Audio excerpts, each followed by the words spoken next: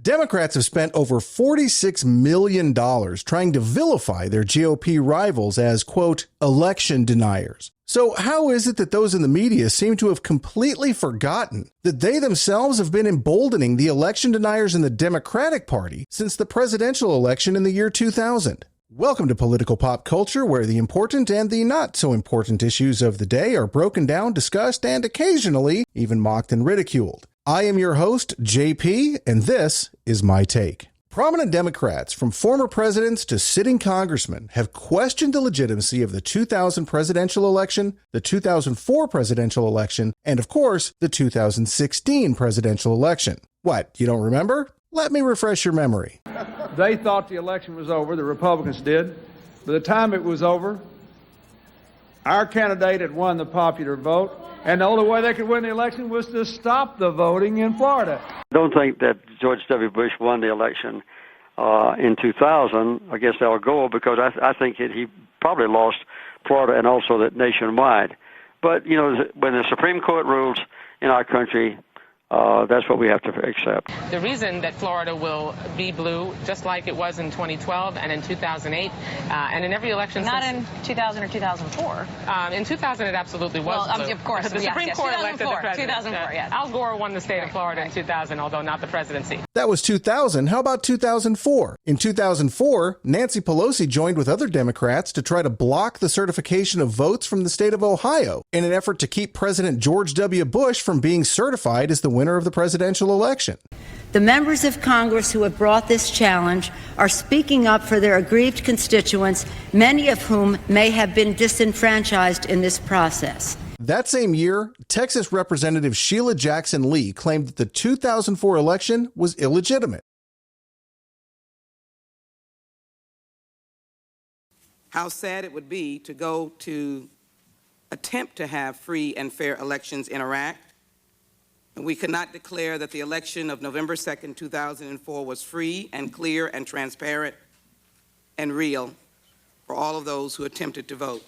Okay, here's the thing. I could go on and on and on, showing clips, citing references, letting the Democrats speak for themselves on how unfair, unjust, and illegitimate every election they've lost for the last 20 plus years has been. Hell, I could run clips for a solid hour. I'm not going to do that. But I tell you what, if you want to see a solid 12 minutes of Democrats denying elections, I'll leave a link in the description below. The GOP actually put together an amazing compilation. Hey, speaking of videos, if you like this one, do me a favor, hit the like button. Then, if you're interested, click on subscribe and hit the notification bell. That way, you'll be the first to know anytime we upload new content just like this. You'll also be helping the channel by letting the algorithm know to show this video to other people who might be interested.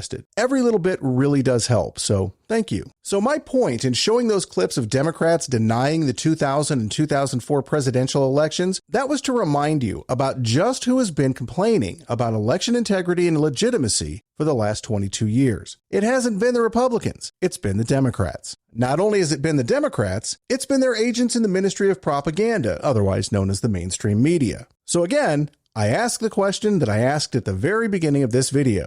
Why is it that the media seems to have completely forgotten that they themselves have been emboldening election deniers in the Democratic Party? And why all of a sudden is questioning the outcome of an election, or questioning transparency in elections, or questioning the rules of how elections are run a point of contention to these so-called journalists? Well, the answer is obvious. Because anybody questioning the fact that Joe Biden won the presidency in a landslide victory over Donald Trump is clearly nothing more than an instigator unworthy of ever being considered for public office. Never mind that Democrats have questioned the legitimacy of every Republican presidential win this century. That was perfectly acceptable. You see, that was noble. They were coming from a place of honesty, integrity, and compassion. Whereas those who question Donald Trump's loss in the 2020 presidential election are insurrectionists. They're traitors. They're violent hooligans who attempted a coup to overthrow the government on January 6th. The hypocrisy here is absolutely maddening. But hey, on the bright side, it would seem that you and I are not the only ones who are frustrated by this blatant hypocrisy by the left. Republicans are finally starting to fight back on this false narrative, and they're hitting back at the so-called journalists who question them about being election deniers. In 2018, Stacey Abrams lost the Georgia gubernatorial race to Jack Kemp. In the 4 years since, she still has refused to concede defeat in that 2018 election, and she has continually claimed that the election was not a free and fair election. Was the election in Georgia statewide a free and fair election?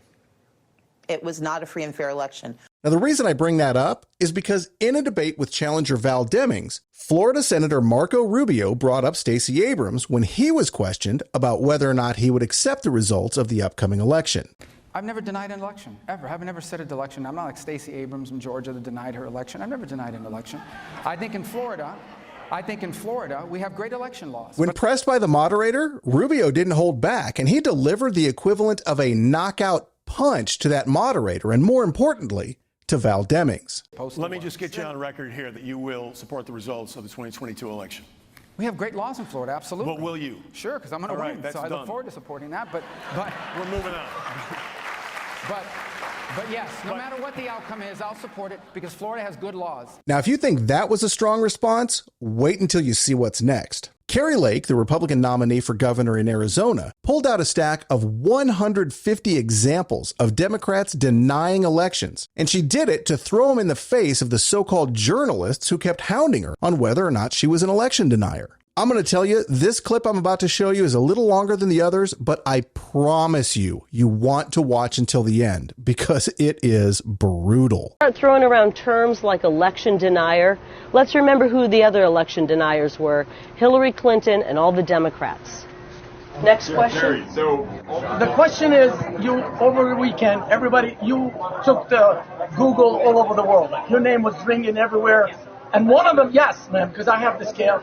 And one of them and most of them were asking, is she an election denier, Carrie Lake?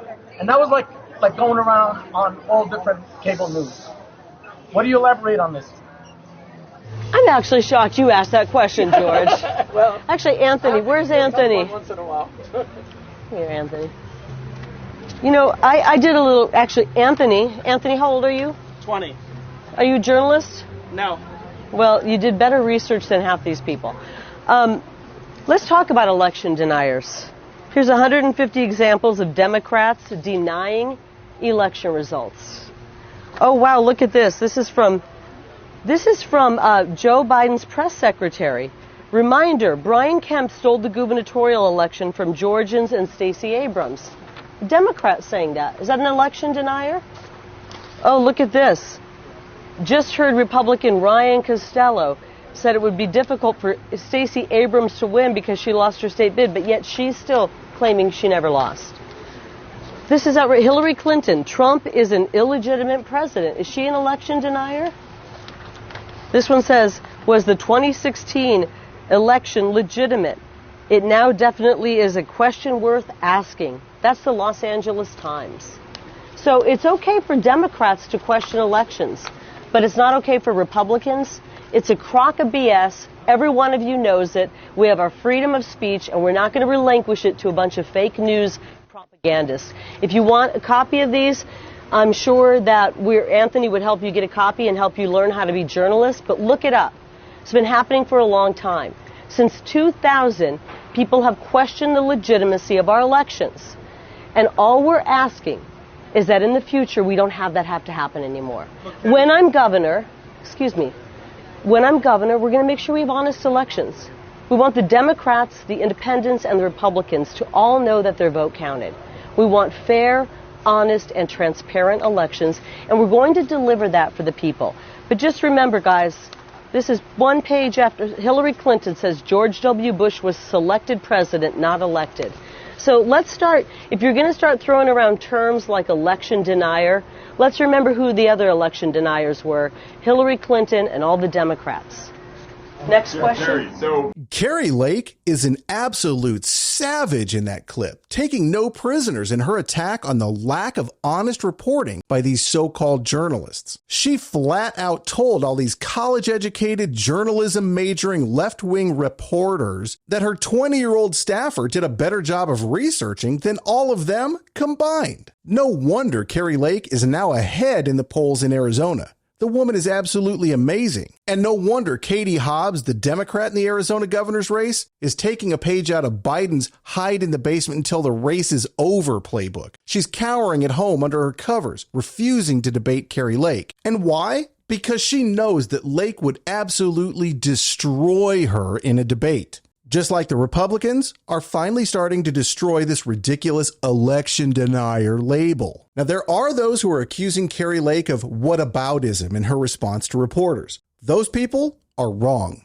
Lake wasn't using examples of Democrats being election deniers to deflect from her own statements or her own position, but instead to shine a light on the media's own hypocrisy in their line of questioning. Questioning the results in an election that saw record mail-in voting, huge ballot dumps in the middle of the night that favored one candidate and one candidate only, and demanding transparency in our elections does not make you an election denier. And if anybody says that you're an election denier and they're not calling out Democrats for their 2-decade-long run as election deniers, you feel free to point out their hypocrisy. That's my take. What's your take? You can let me know your take in the comments below. You can also let me know your take by joining the cult at PolPopCult on all major social media networks. Thank you for listening.